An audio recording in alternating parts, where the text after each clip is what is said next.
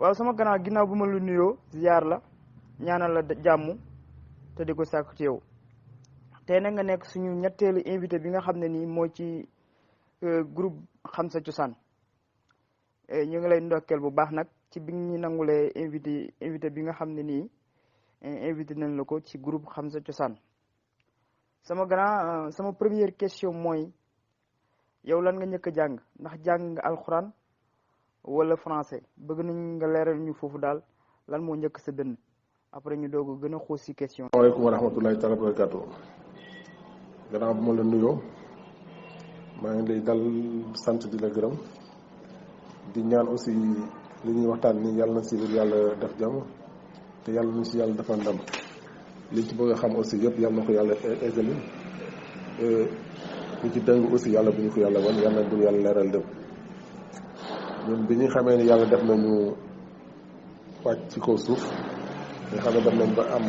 ñaari at ñetti at te ju tudd su ñeenteeli at ci la ñu yóbbu ñu def daara alxuraan jàng nañu alxuraan ñaari at ñetti at après door commencé def at ñu yóbbu ñu enseignement ñu def jàngi nasaraan teewul aussi bu vacances dañ doon obligé dem di jàngi alxuraan bopp lañu loolu lañ tàmbali ba baa ñuy egg ba bi ñuy def CM2 yëpp li ñu def ba bi ñuy egg CM2 ñu ngi def alxuraan waaw jàng nañu alxuraan jàng nañ aussi nasaraan. waaw sama grand maa ngi lay nuyu bu baax di la ziar xam naa du ñàkk ne suñu papa Mame Samba dina la defal présentation yi wala kenn ci administrateur yi ku ci mel ni Modou Yàlla aussi waaye dama bëgg rek nga wax ma yow ñan ñooy say waajur ak fan nga bokk ak kan mooy Mor Sylla bëgg nañ nga leeral ñu kan mooy Mor Sylla ñan ñooy ay waajuram ak fan la bokk xam naa Mame Samba suñu papa dina ci dugg ak Modou Yàlla seen présentation yooyu nga xam ne ni dana ko def avant émission bi commencé bëgg nañ daal nga waxal ñan ñooy say waajur ak fan nga bokk ak fan nga soxee ko. waaw jërëjëf man maa ngi juddu Mor Sylla mu ngi dëkk juddoo Kaolack di doomu Ousmane Sylla Diaw ak soxna soo ñuy wax Fama Diop ay waajuram Mbalaxe la ñu jugee ñëw Kaolack Ousmane Sylla mu ngi jugee ci la ñëw Kaolack mais teewul aussi mbokk bu jege la ñu parce que laaj naa suma waajur bu góor laaj suma waajur bu jigéen ñoom ñëpp leeral nañ comme kaa ne ay mbokk lañu ay mbokk yu jege man nag Mor Sylla moom waaw Mor Sylla rek ñu dal waaw doowuma ci la nag mais suma fief yëpp ci la waaw lu ma mun di am aussi ci la moom xam dara waaw am na fi benn soxna su ñuy wax mère Ramata Mbaye yaa Ramata Mbaye yaay la si man moom sama waajur bu jigéen sa ndey ñoo bokk ndey ak baay te mère Ramata yaakaar naa ne amoo foo xamul biir Jolof yëpp ci la surtout kon ñun bu ñu waxee ne ñoo ngarale benn partie bi ci la benn partie bi Mbalaxe la boo xoolee côté maternel bi moo nekk Mbalaxe mais côté paternel bi aussi yëpp ci la waaw. ok Mor bi ñu la dégloo sa réponse mu am solo lool macha allah ñu dégg nga ne jàng nga alxuraan jàng français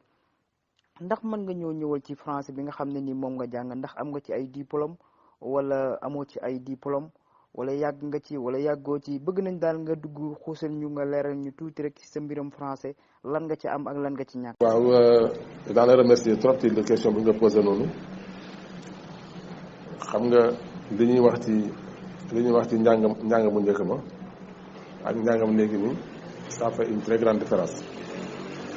njàngam mu njëkk ma fekkee ne waajur yi am nañ ay moyens sa njàng mën na dem ba fi nga soxla mais njàng bu njëkk ma dañ doon jàng mais tel la ñoo xool ne suñuy waajur dañoo néew doole yi nga xam ne dem nañ ba egg à un certain niveau dañ na léegi nañ arrêté loolu comme ça jéem a wuti loo xam ne mën nañ cee taxawu suñuy waajur kon demuñ ba am ay diplômes yoo xam ne c'est des diplômes de très haut niveau bac moom amuñ ko mais nag am nañ xam ne loo xam ne mën nañ koo suturloo ba yàlla duñ ci dimbale bañ ci mën di taxaw suñuy waajur daal. njàng léegi bi nag moom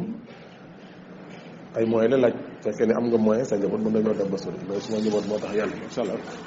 maa ngi encadré samay doom daal ba yàlla mën leen a gën a yóbbu si kaw ko mais man ñoom ëpp ñu ko quand même. jëf Mor ñu ngi lay jaajëfal bu baax ci réponse bi wax nga dëgg ndax njàng moom boo koy def te say papa say waajur amuñu doole rek ak njàng lu mu baax da nga koy wan ginnaaw bi nga xamee ni nii wan nga gannaaw njàng mi lan nga def da nga dugg ci métier wala da nga dugg ci commerce wala lan nga def daal. bi ma wanee njàng mi gannaaw ci lañ ma boole ak benn monsieur bu ñuy wax Massamba Dieng yàlla dimbale ñu dem fa njàng fa métier bi ñu def ak moom 22 ans mais durant les 22 ans yàlla dimbale ñu bi nga xam ne toll nañ ba année 77 le 1er septembre 1977 après ñu dem na léegi foofu nga prêter serment devant un magistrat pour être au moins un clerc assermenté. ci laa demee le 1er septembre 1977 prêter serment après son prestation serment ñu nangul ma ko après ma ñëw nekk son premier clerc ñu def 22 ans bi ñu defee 22 ans après moom mu admis à la retraite bi mu retraité ma xam ne léegi yeneen compagnon yeneen ñi nga xam ne dañuy ñëw pour nga liggéey ak ñoom dootu sotti ci laa bàyyi métier moomu noonu après léegi jéem a defar suma yëfi bopp en 2000 ñu jéem a créé au moins benn agence immobilière ci agence boobu lay yëngu fu mu nekk nii. bon jërëjëf ci li nga leeral bi ci nga créé benn agence ndax agence boobu tey nga créé tey nekk na agence boo xam ne ni tey vraiment ndax nit ñi ràññee nañ ko ndax nit ñi ci biir Kaolack gi nga nekk nit ñi xam nañ ko ndax agence boobu tey yaa ngi jël say mbokk maanaam xëcc leen indi leen fi nga xam ne nii foofu ngay liggéey ak ñoo ci fi nga xam ne ni moom nga nekk wala yow ay jàmbur rek nga fi nekk ba nañ nga leeral ñu loolu ndax mag ñi nee nañ foo nekk rek say mbokk dana la fa fekk bëgg nañ nga leeral ñu loolu tey. waaw dëgg la Ibrahima mooy di naan netu ko bandum agence bi ñu ko ubbee man ak suma ñaari jigéen ñoo fi nekkoon ñooñu ay jàmbur la ñu woon ci man nekkoon nañu ay jàmbur mais duñu ay jàmbur parce que xam bu yàggee mbokk lay doon mais finalement dem nañ ba kenn ki dafa muñoon bàyyi dem rejoindre son domicile conjugal à Dakar mais kenn ki nga xam ne moom lañ nekkal yàlla def na moom Kaolack gi la dëkk ñu koy ubbi aussi ñu nag moom ñoo ko ubbee woon ba léegi jamono bi waxee yow nii ñun ñoo fi nekk bon mon grand fils suma doom bu mag bi aussi Maodo bi nga xamee ne dem na ba nga xam ne mooy li ma doon wax rek à la recherche de l'emploi wër affaire bi sottiwul dama ko wax carrément ne ko léegi da ngay ñëw toog amee côté comme ça léegi nga jël agence bi parce que li ci ëpp fi nekk li ci agence bi moom moo koy gérer agence bi su ma bëggee mën nga demander à qui de droit au niveau de la région de Kaolack agence bi mu ngi tudd agence immobilière Kër Maodo xarit yi yëpp remplir na ko vraiment fi mu nekk ni daal sant yàlla alhamdulilah rabbil alamin ñu ñaanal daal ñu gën a dolli daal dina gën a dolli mais c'est reconnu quand même dans la ville de Kaolack même au niveau national même au niveau international jërëjëf li ngay xalaat ak li ngay bëgg a xalaat pour sa yokkute yal na la ko suñ borom bi defal ci barki yeneen bi yàlla mën na ko yal na la ko yàlla defal ñi lay laaj rek ndax agence boobu bi nga koy ubbi ndax amutoon ay gàllankoor ndax tëb rek ubbi ko xam nga te vraiment ñu laaj la nga ne amu ay diplôme yoo xam ne nii vraiment yu kowe la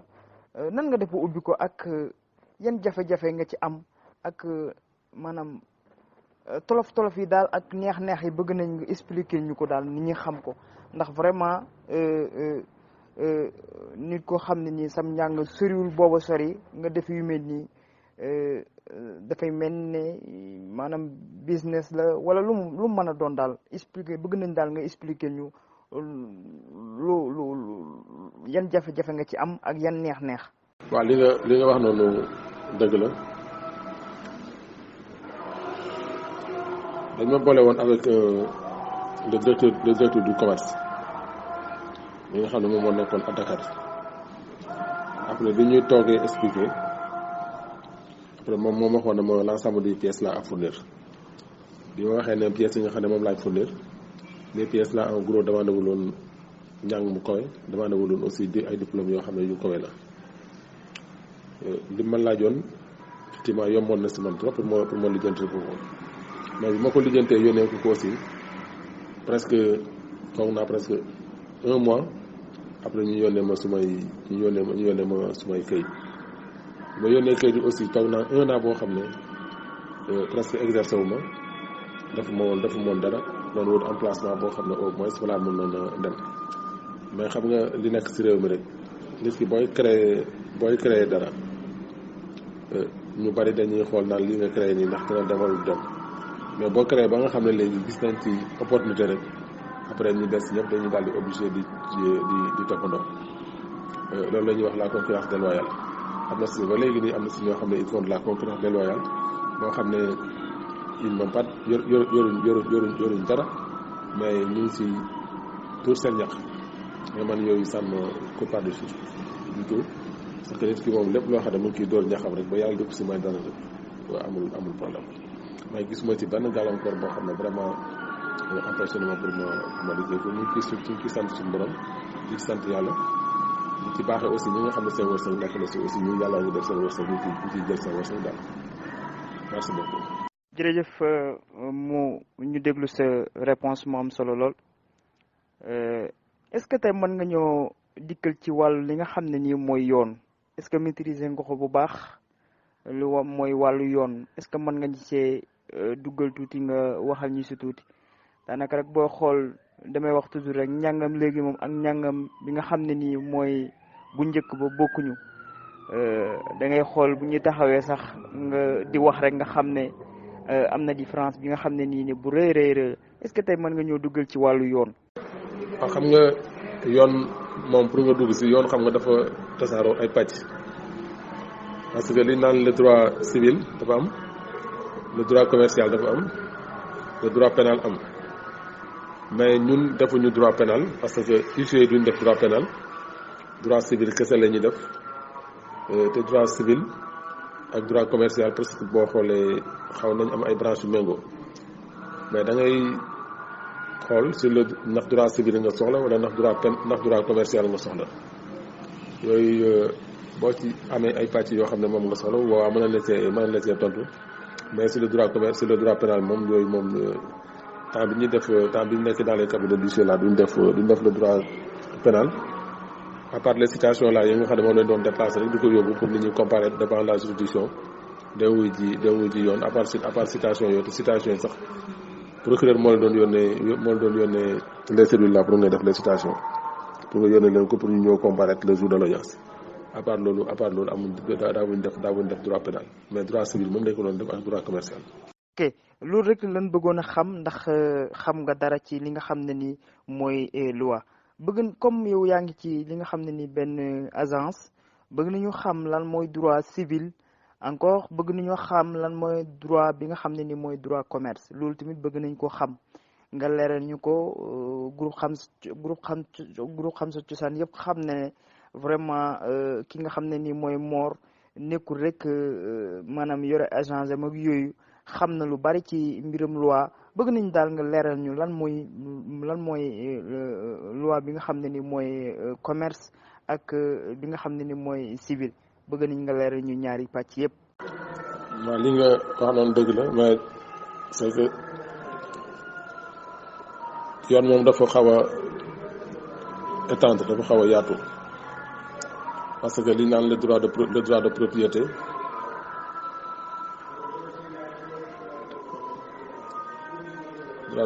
droit de propriété mooy maanaam kër gi nga dëkk noonu nga dëkk il faut nga un droit de propriété mu leer na la ci propriétaire nit ki la le droit commercial nag sax dafa yaatu trop kooku moom boo ko bëggee tas ci fii nii xajul ci li ñu bëgg a waxtaanee nii mais titre de propriété daal kër gi si nekk kenn ku si nekk daal ak makkaan bi nga xam ne moom nga nekk waroon ko wutal un titre de propriété ñu xam ne léegi fii patrimoine suma waajur la waaw. sax ñun suñu mbokku lébu yi gën ñoo bëgg suuf seen suuf maam suuf soo si xam ne seen maam da ko moomoon ak kenn seen maam immatriculé bu ko woon léegi même su waajur ba génne àdduna ñoom dañuy def tout pour jéem a dem jege ci ñi nga xam ne ñoom ñoo yore loolu pour ñu jéem lañ ko immatriculé jéem ko def au moins un patrimoine def turu njaboot gi nga xam ne moom la seen waajur bàyyi wala gis tamit lu fa état bëgg a def wala yow loo ko bëgg a def bu boobaa da nga ko ci def sans facilement doo ci am benn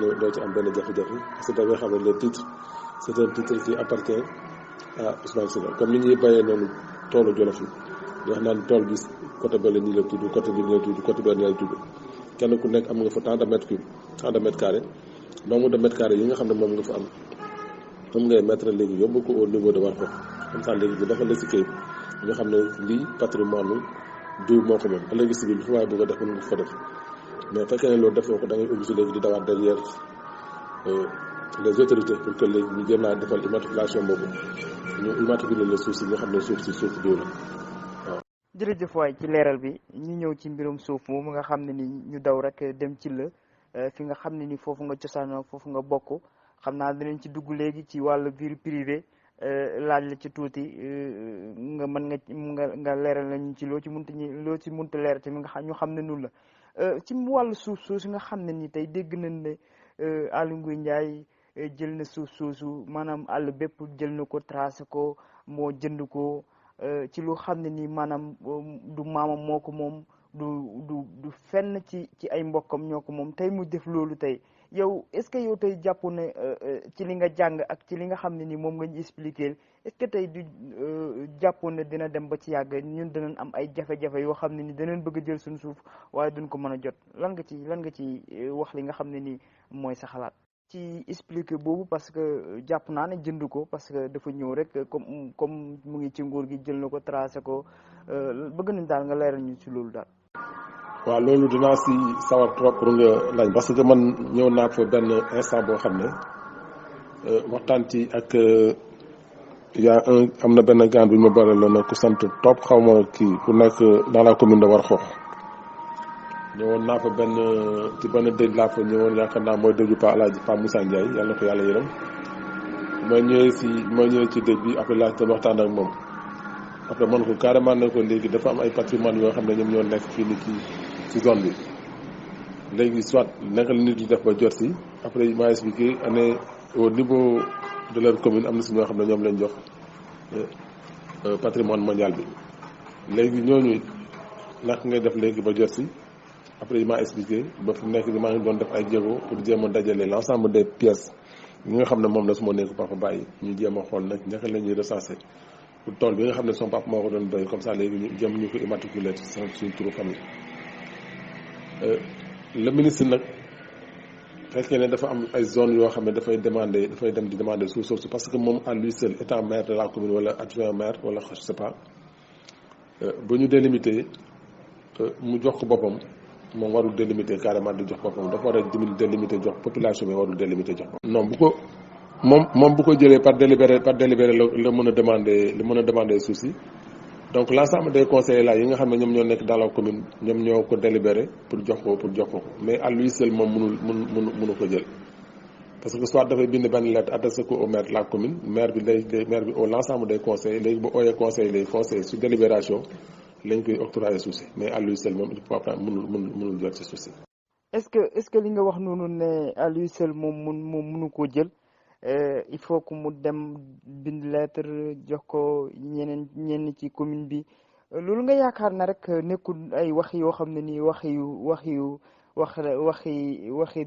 dóor martu ci li nga xam ne nii mooy nit ñi parce que tey li nga xam ne nii Sénégal moom lay doxee maa nekk ci nguur gi maa am sama doole nu ma neex laay doxee nu ma neex laay waxee est-ce que ne jàppoo ne noonu la doxee moom ba jël li nga xam ne nii mooy suñu suuf. non moom mënul jël domaine mondial bi noonu parce que domaine mondial bi fekkee dañ la ci bëgg a attribuer ay mètres carrés il faut nga adresse une lettre wala nga def benn projet fiable nga déposé ko parce que même boo ko déposé aussi par délibération rek nga mun a amee suuf mais buñ délibéré wul mun na am suuf et l'ensemble des conseils là yi nga xam ne ñoo nekk dans la commune ñoom ñoo mën a délibéré pour que moom moo mën a am suuf mais bu conseil délibéré wul mun fi am suuf même bu amee ñu opposé sax nekk ni dañuy dem au vote ñu compter le nombre de conseils là yi nga xam ne ñoom ñoo wax ni ñoom ñoo wax pour ñu xam fekkee nag dafa am l'ensemble des conseils fi nekk ni bu ñu ko délibéré automatiquement mun na fa am une parcellage mais xam naa ne bu ngeen vérifier xam naa ne certainement nekkul ne daf ko def ci turam mais daf ko def à des tierces personnes il faudra bien vérifier ça incha allah. jërëjëf ñi ñëwaat ci biir question ñi ñëw ci nga xam ne ni sa biir privé ñu yëngat ba xam dina am lenn lu ruus loo xam ne ni nee naa leen invité rek buñ koy def bëgg nañoo xam nit ñi baax ñi ni ñuy def pour xale yi nga xam ne ñoom ñoo ñuy déglu ku ci mel ni Ibrahima Ndiaye naka lay def ba topp ci seeni tànk bëgg nañoo xam daal Mor yow naka ngay dundee ak sa waa famille ni ngay dundee ak sa waa famille daal bëgg nañ ko xam fële ci la. waaw posé ñoom moom benn question boo xam ne question bu ma neex la jamono bi nga xamee ne su waajur mu ngi dund daf ñu dajale ñun ñëpp góor jigéen mag ak ndaw ñu woon carrément li nga xam ne moom la ñu wax ñun aussi ñu ngi koy appliquer booba léegi parce que lu ñu wan mooy mag na jiitu rakk topp loolu la ñu wanoon ba bi muy génn àdduna aussi loolu la ñu continuer ba yàlla mu ngi ciy dimbale fi mu nekk nii noonu lañu ko jàpp rakk jiitu mag jiitu rakk topp si am aussi loo xam ne dafa xaw a jaaxal ci sa biir la ngay oo kenn di ko soumettre da ngay oo ñi nga xam ne ñoom ñu gën a jege ñu sotal di ci xalaat yàlla mu ngi ciy dimbale daal ñu ngi ciy sant yàlla bu baax ba boo ñu fekkee ñu toog kër ga sax buñ présenté wul nit ñi sax doo xam ne kii mooy mag wala kii mooy rakk wala ñoom seen bopp ngay xam ne kii mooy mag sa egg ñoo ne ak ñu kër kii mooy suñu jawriñ looy wax ba yow nga wax ko moom looy def aussi ba yow nga def ak moom te boobu léegi yàlla nañ ci dimbali aussi liñ ci def yëpp kenn mësuñ ci am benn werante. Mor xam naa ñu ngi jël sa temps waaye des na tuuti rek pour ñu leeral nga leeral wàcc la Mor dañuy gis ne maanaam xale yi vraiment ñëpp la bëgg koo wax rek ñu ngi lay ñaanal xale boo ci wax rek bu ne Mor rek ñu ne kooku mooy fierté bi nga xam ne nii ci la moom vraiment bëgg na ci la gëm na ci la lan moo tax ngay defal loolu wàcc la ndax tey am na ñoo xam ne nii ci la leen bokk mais sa taxawaay bu rafet sa taxawaay bu am solo bi nga taxawee wàcc la bi nga jàppalee wàcc la bëgg nañoo xam lan moo ko waral dëgg. waaw posé nga ma question boo xam ne question bu mooy xaw a yëngal tuuti la d'ailleurs boo ko waxee sax day tax sa xol day tooy man waa ci la ñoom ñoo ma bëggal seen bopp parce que nit ki bu la xasee ba jiital ci boppam jiital na la ci boppam man dafa lu ma leen dara dafa xam ne liñ naan kéwal la nga dàqee mu jëm àll nga dàq mu jëm sa biir dama xam ne xale yaa ngi foofu noonu sa dëkk ba li fa nekk ay jërbaat lañu ay sët ay maam ay doom te ñoom am na benn ambition boo xam ne moom lañu gëm ambition boobu boo leen si jàppale dafa mel ni da nga jàppale waa dëkk ba yëpp tout entier moo tax saa yu may ñëw damay xalaat ne man nii war naa am lu tuuti lu néew loo xam ne au moins war naa ko mën a yóbbaaleel waa dëkk ba mais nag li ko def yëpp dañuy njëkk boole ak ñoom par yàlla dimbali ñu yaakaar bi nga xam ne moom lañ doon séntu ci ñun yaakaar ba tasul boobu ba léegi nag ñu ngi koy sante suñu borom du lu ñu mën du suñu ngóor aussi mais yàlla ci boppam moom moo ko jaarale daal toute la jeunesse de ci la mag xale ndaw ñoom ma jàppal seen bopp man aussi ñu bokk ñu booloo jàppalante kon yàlla mi nga xam ne dara taw ko yàlla ñu bëri yàlla ñun ñëpp boole defal jàmm yàlla mi ngi taw lu ñu ragal suñu diggante ñoom jërëjëf Seydina Muhammad sallallahu alayhi wa sallam. waaw Mor ñu ñëw rek ci question yi ba léegi maanaam li nga xam ne ni tey mooy dëkk ba tey li nga xam ne ni mooy gàmm bu ñëwee maanaam sa xaalis sa alal sa doole sa lépp maanaam sa xel lépp nga di ko ci def ci li nga xam ne nii mooy ci la pour lépp baax pour lépp jaar yoon vraiment bëgg nañoo xam daal maanaam ci la tey boo lan moo nekk sa xol tey te nga bëggal ko wàcc la te lan nga leen bëggal instant yi nga xam ne nii yaa ngi ñoom yéen a nekk yéen a ngi diisoo yéen a ngi waxtaan boo leen xelal tey lan nga leen xelal tey ci biir ci la. waaw non li nga wax dëgg la bu gàmmu jotee ñu mobiliser ñi nga xam ne ñooy suñu dëkkandoo ak suñu waa kër suma njaboot ak njabootu jàmbur ñëw dajale ñëpp indi leen ci dëkk ba pour leen wan ne leen ñun ci mooy suñu cosaan loolu ci la pour man parce que bu doon beneen comportement laa fa doon fekk kon du ma dajale ay jàmbur yoo xam ne dëgguñ sax duñu ay jolof bokkuñ sax jolof après dinañ indi naan leen ci mooy jolof loolu dama si kontaan trop. gàmmu gi ñun ñoo ko war a taxawee suñ ko bàyyee mu sooxe donc suñu pertement lay doon moo tax luñ ci mën dinañ ko jéem luñ ci mënul aussi dinañ ko jéem li nga xam ne mooy sama ambition pour ci la jéem a def tout pour jéem leen fa créer jéem fa taxawal benn foyer boo xam ne góor jigéen jigéen ñi dañ ci gis seen bopp wala pour l'apprentissage surtout sur le côté volet céréale bi parce que actuellement nii loo dégg lu ñu wax ne céréale jigéen ñi war nañ leen xool tàggat leen war leen carrément naka lañuy def ba suñu njëfteef yi nga xam ne moom la ñuy bay ñu xam naka lañ koy defee transformation wala distribuer ñu mën koo jëriñoo jàngal leen aussi ay couture jàngal leen crocherie jàngal leen aussi broderie ba nga xam ne au moins dañuy xam ne léegi jigéen ñi dëkk bi ñu ngi am un développement li doon gën aussi jéem leen a wutal benn convention aussi au niveau du crédit au niveau du CMS crédit mutuel ba nga xam ne jigéen ñi kenn ku nekk dana si mën a gis sa bopp parce que boobu loolu la ñuy wax naan nga jàngal ma nu ñuy nappee moo gën foog toll boo demee nappi ñoo di ma may jën man loolu mooy suma xalaat fi mu nekk nii te maa ngi ciy waxtaan ak presque le directeur général bi nga xam ne moom moo nekk fii nii dans la zone de Kaolack pour mu boole ma avec le directeur général bi nga xam ne moom moo nekk dans la zone de Djolof de Louga comme ça léegi ñu xool naka leen di signaler benn convention jigéen ñi nga xam ne ñoom ñoo nekk foofu ñu defal leen ay kii de femme yoo xam ne dañ leen di monter ay dossiers personnellement kenn ku nekk mën ciy gis sa bopp waaw vraiment loolu suma xalaat suma ambition la moom. ndeysaan vraiment ba ñu déglu audio yi mu jeex suñu xol neex lool ci yow nga xam ne yow fierté nga ci la vraiment yal na yàlla guddal sa fan yàlla yokk sa xéwal yal na yàlla musal la si saytaane ak noon yi nga xam ne ni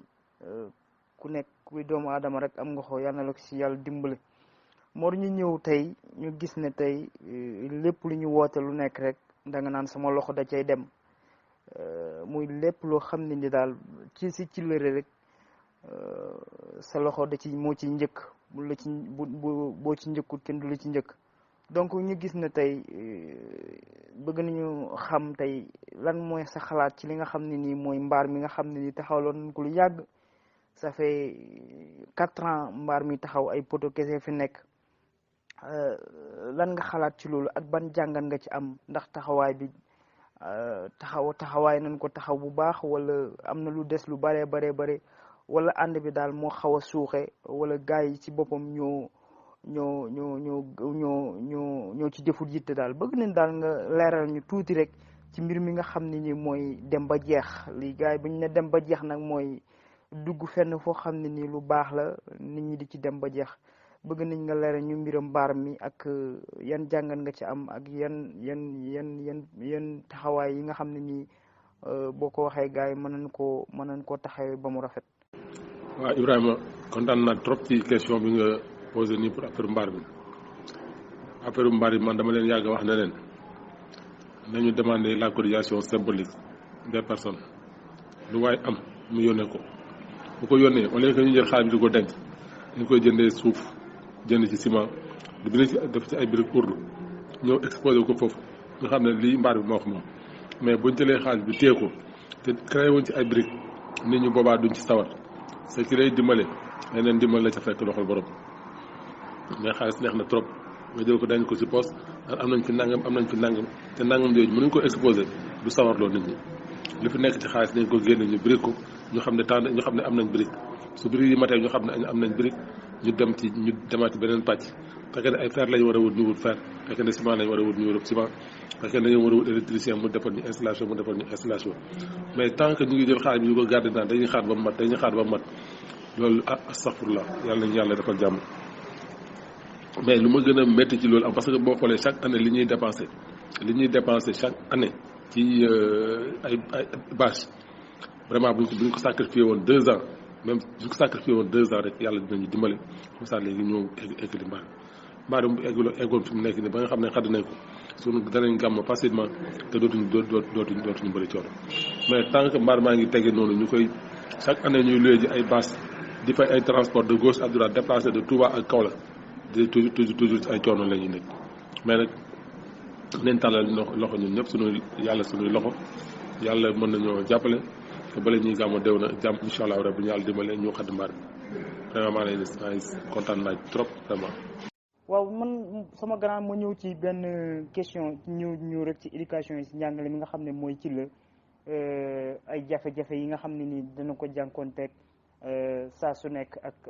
année mu jot maanaam ñu déggoon tuuti rek maanaam ci wàllu maître yi nga xam ne nii maanaam amoon ay jafe-jafe ci wàllu njàngale mi te ay maître moom boo ko amul yaakaar naa ne njàngam xale yi dina suuxe te seen xam-xam aussi dina gën a wàññeeku nin war a jàngee duñ ko jàngee lan ngay def jàngat ci loolu nga xam ne nii en tant que ci la ñu xam ko bu baax ñu dem ba ay maître di fa manqué wala njàng mi xaw a suuxe lool loolu ban jàngat nga ci am. waaw man côté enseignement bi parce que xam nga temps yi dépassé bi ñu fi réunion noonu ak avant gàmmu gi dañ doon fule foofu comme que ne léegi dañu manqué ay maître léegi ñu doon laaj ndax maître yi ñoo complété na ou pas mais soo gisee njàng bi nga xam ne moom moo am biir ci la xale yi bëgg nañu jàng trop mais xaw ma nag ndax maître yaa ngi leen di toppatoo ou pas parce que man surtout loolu moo ma si gën a jaaxal parce que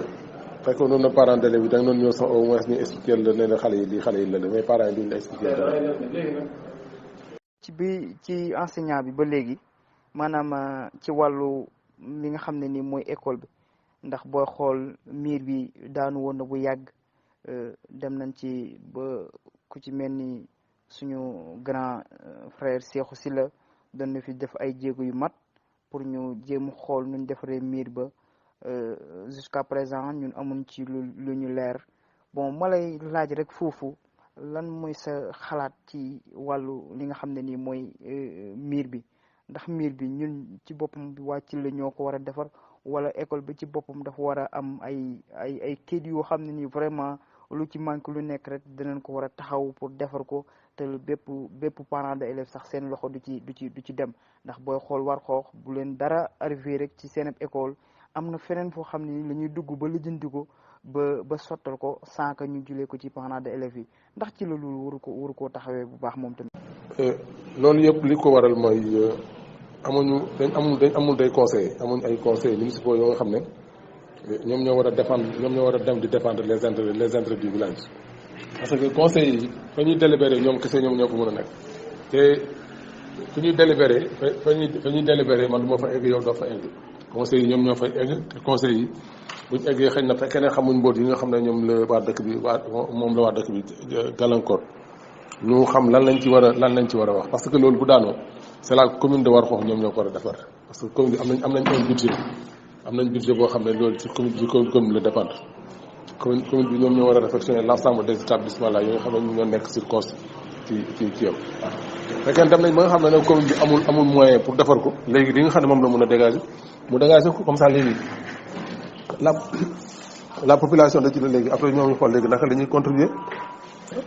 parce que yu mel noonu man déggoon naa Cheikhou doon ko dox ba doon laaj des cotisations symboliques ne lu waay am yónnee ko comme ça léegi ñu mën koo nu mu tuddati ñu mën koo defaree li nga xam ne moom moo nekk foofu noonu mais daal am na benn côté lenteur boo xam ne daal vraiment man xamu nu muy demee daal waaye.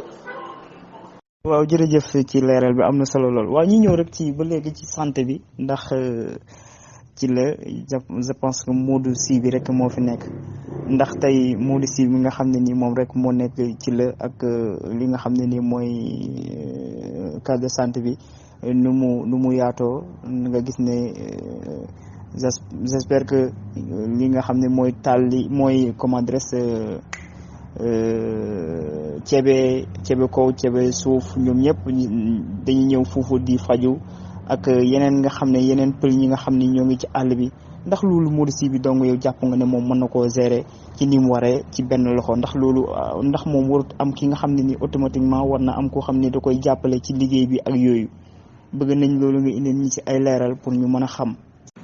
waaw dëgg la Modou néew na doole trop ci poste santé bi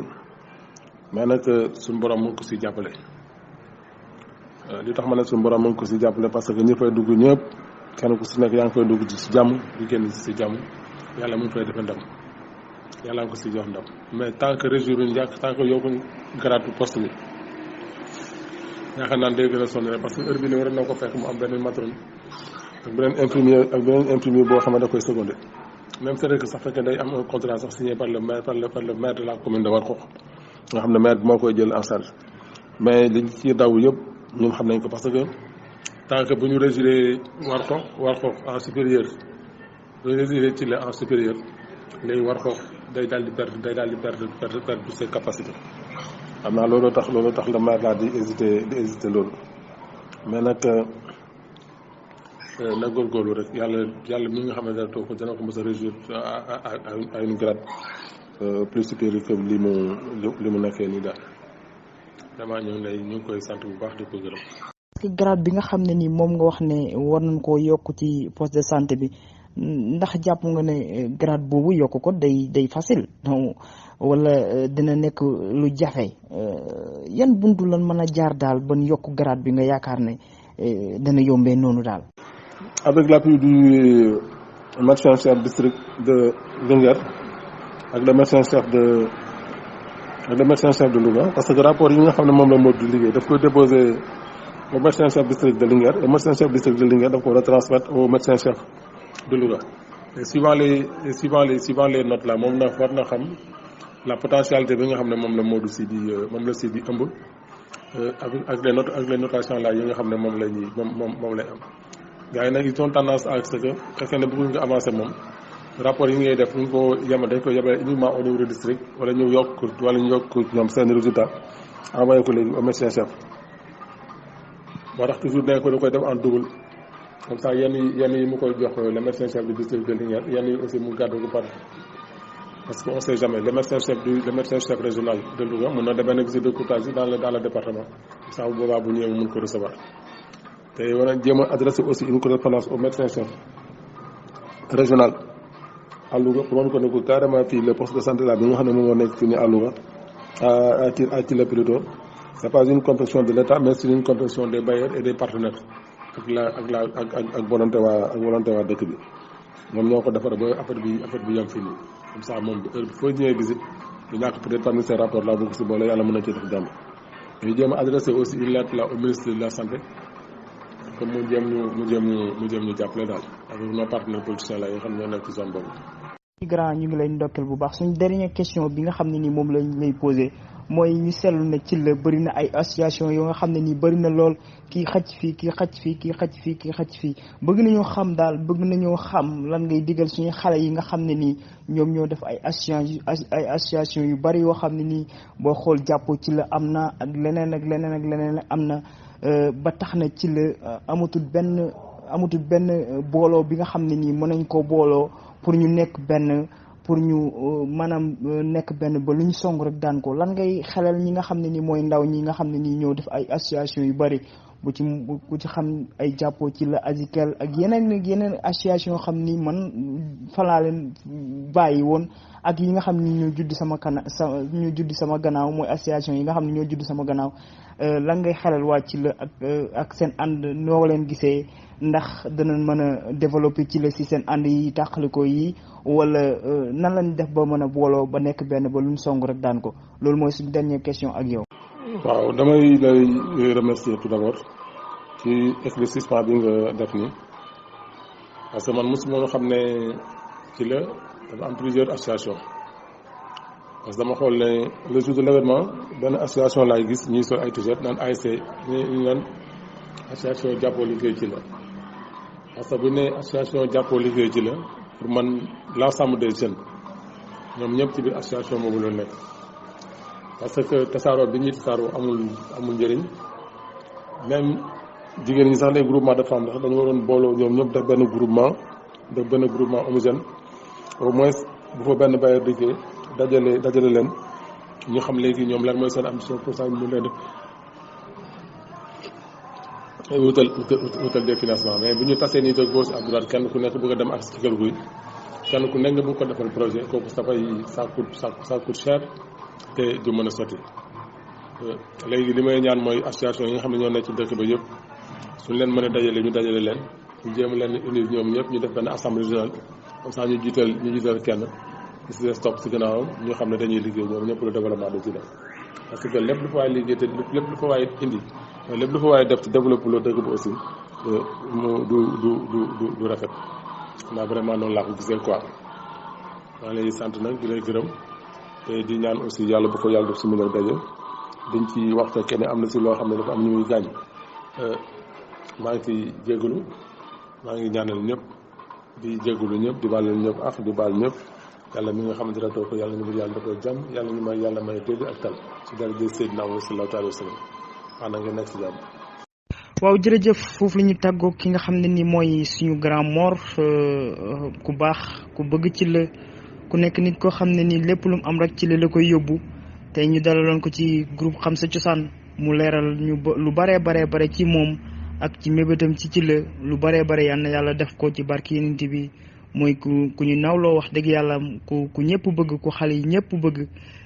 wax dëgg yàlla boo ne Mor rek bala nga àggee rek ñu ne la Sylla ngir ak bëgg ci laam ak pas-pasam ak dooleem ak xaalisam lépp mu di ko jël di ko def ci la ba ci ASC bi sax lu bare yu bari da koy taxaw ay ballon ay t-shirt ay maillot lépp du koy indi pour waa ci la ton donc seen doom bi nga xam ne nii mooy Mor bu Kaolack moom lañ dalaloon ci groupe Xam Sa Cosaan gi nga xam ne nii moom la ñuy waxtaanee xanaa rek di leen bàyyi yéen waa Xam Sa Cosaan ngeen ñaanal ko yàlla yokk ko yal na yàlla dëgëral ko yal na yàlla yokk aw fanam ba lim bëgg rek ci la yàlla mottali ko ci barki Yonent bi ñu ngi leen di sant bu baax di leen gërëm kàddu gi ci fii nga xam ne nii moom lañ ko doon defee ci Afrique du Sud ñu koy wax Ibrahima Ndiaye nekk leen si jàmm jërë ngeen jëf. asalaamaaleykum wa rahmatulahi taala wa barakaatu yéen waa groupe Xam Sa Cosaan man Mor si dëkk Kaolack maa leen di nuyu yéen ñëpp di leen di ziare di leen di baalu àq di leen di baal di ñaan sama audio bi di ñëw nii yàlla leen fekk si jàmm comme ni ma jógee si man yàlla na leen def jàmm maa ngi nuyu Alaaji Thierno Sylla di ko ñaanal yàlla pour yàlla yàggal taxawaayam maa ngi nuyu membre yi nga xam ne yëpp ñu si groupe Xam Sa Cosaan si gën a nekk ndaw ba si ki nga xam ne moo gën a nekk mag di mboole seen muy góor jigéen mag ak ndaw maa ngi ziare ñëpp di baalu ñëpp ak di ñaanal ñëpp di wax ne démb parole démb waxtaan bi am na solo trop waaye nag dafa fekkoon démb dañu nekkoon si ay jàpp moo tax mënuñu woon a tontu certaines questions mais comme tey parole libre la te Babacar moo koy animé léegi dama bëggoon dugg si parole libre comme ça jéem a apporter quelques clarifications ci nga xam ne moom lañu bàyyi woon démb. maanaam réforme bi moom sama doon laajte si affaire location bi c'est la loi 2014-03 du 22 janvier 1914 ñu wax ne léegi dañuy wàññi location bi à partir du mois de janvier à partir du mois de janvier 2014 mais baisse de loyer boobu ñan ñoo ci bénéficier ñi nga xam ne dañu logé woon bien avant réforme bi ñoom dañoo ci bénéficier li commencé 100 000 jëm ko ñu wàññi leen 29%. ñeneen ñi aussi ñu wàññi leen benn taux mais après ñi nga xam ne dañu obligé loger à partir maintenant de mars 2014 donc location bi dafa delluwaat fi mu nekkoon parce que li si am mooy te des mooy dafa amul suivi il y a pas un suivi dans le côté administratif et il y a pas un suivi aussi sur l'ensemble du territoire national. ressource bi mu doon wax noonu aussi dégg naa kuy wax ne ndax dañuy suñ toolu bàyyi ndax dañ koy attribuer à 30 000 francs par kii ñu koy fay loolu dégguma benn décret boo xam ne génn dans les maisons communautaires dégguma aussi benn kii bu génn aussi dans les sous-communes parce que yooyu bu génnoon dans les sous-communes là il faut ñu afficher ko notifier ko ñi nga xam ne ñoom ñoo nekk nos interlocuteurs chef de village yi dinañ ci jot ñoo xam ne ñoom au moins ñoom ñooy yëngu ci loolu comme ça chef de village yi jot mais dégguma benn chef de village boo xam ne am génne ko benn notification boo xam ne alors maire moo ko yónnee. aussi ñu ne la ñu naan un droit civil le droit civil dafa commencer par les états civils parce que nit ki bu juddoo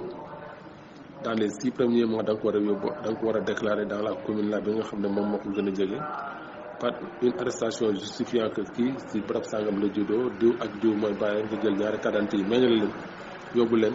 bu ñu amee certificat de mariage nga boole ko si bu ñu amee livre de famille aussi nga mën ko si boole comme ça bu ñu demee ñu déclarer la ko officiellement nga xam ne xel kii dañ ko déclarer officiellement bu boobaa nga mën ci gëstu xale bi am kayit ñaari way dencante yi aussi dañu war am li ñuy wax naan maanaam mooy kayitu sëy boo ko déggee mooy un certificat de mariage parce que certificat de mariage mooy méngale diggante ñaari sëy parce que ñaari way dencante yi te yàlla tërate yàlla na ko yàlla bu ko yàlla def bu ñu demoon tey ba nga xam ne dara lu léegi lu c'est pas lu dul ñu tàqaloo buñ demee si yoon il faut yoon daan leen laaj ba xam ndax am ngeen kayitu sëy wala déet fekkee ne amuñ kayitu sëy yoon li muy njëkk a taxaw mooy il faut mu dal leen kayitu sëy ba pare bu leen wutalee kayitu sëy ba une des parties ñi nga xam ne moom moo demandé affaire bi en premier lieu le juge bi dana leen jéem a demandé au moins dana leen jéem a présenter en audience 2 ou 3 fois pour jéem leen defal la réconciliation bu réconciliation bi amul nag il doit renvoyer le dossier là au fond. toute fois que léegi mu renvoyer la léegi le dossier là au fond ki nga xam ne moom moo am tooñ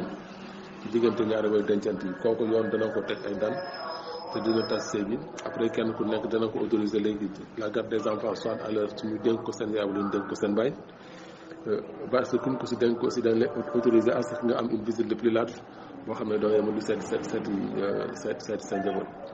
te diir booy seet seen njaboot aussi seen njaboot kese moo la yóbbu su dee góor gi bu demee day seet njabootam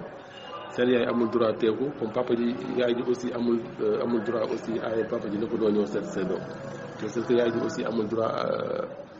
papa ji aussi amul droit ay seen yaay ne ko léegi doo ñëw visiter seen doom mais visite boobu dafa am heure parce que à un certain heure bi warul passer maanaam de 8 heures du matin à 19 heures ba 20 heures là on d'accord nañu mais une visite de courtoisie dans les heures tardives loolu yoon santaane aussi bi nga xam ne moom lañ octroyé le maire kooku man awma si benn délibération boo xam ne lu ma leer la parce que jamono yi ñu koy def man xaw ma ko fekk yow ma ko parce que ma concert soxnaa leen les conseils yi nga xam ne ñoom ñoo nekk tunu boobu bu ñuy amee lu ñuy sëqale lu ñuy méngale ñoom ñoo xam naka lañ koy délibéré waaw mais man loolu mënuma si am benn pàcc ñëwaat quoi di sant ñëpp di sant membre groupe Xam Sa Cosaan ñëpp di commencé ci góor jigéen mag ak ndaw di wax ne li ngeen wax ni yëpp nekkul ci man ci yéen la nekk parce que yéen a baax ñun ndaw lañ rek dafa am benn mission bu ñuy dox rek heure bu mission bi eggee rek ñu xam ne fii la mission bi yem donc yàlla may ñu yemale ko Babacar ñu ngi lay sant di la gërëm bu baax a baax ci parole lii bi nga ubbi duñ fi nekk na di tudd naan turu Samba wala turu Mademba mais xam nañ ñëpp ñu ngi ñaanal ñëpp kenn ku nekk ambition yi nga am ci sa biir yàlla la ko yàlla eggal te maa ngi jégalu aussi ci parce que parole yi mënoon naa débat mënoon naa gën a neex démb comme ça ñu animé ko di tontu souvent les questions ku poser question automatiquement ñu tontu la comme ça ñeneen ñi bu baax dañu xam fan lañ jëm te maa ngi sant ñëpp di ñaanal ñëpp di baalu ñëpp ak di baal ñëpp yàlla mi nga xam ne dara toog yàlla ñu yàlla defal jàmm amiin yaa rabbi